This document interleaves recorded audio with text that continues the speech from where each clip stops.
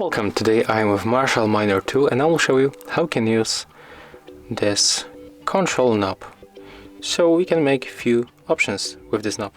The first one, when you press once, when you are listening to the music, you can stop or pause music. When it turns to the left, just push it to the left. You can volume down or volume down when you push to the right.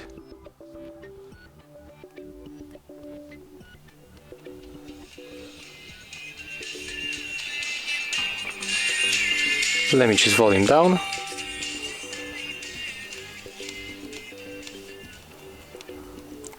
We can also go for the preview or next sound by tapping upwards or downwards.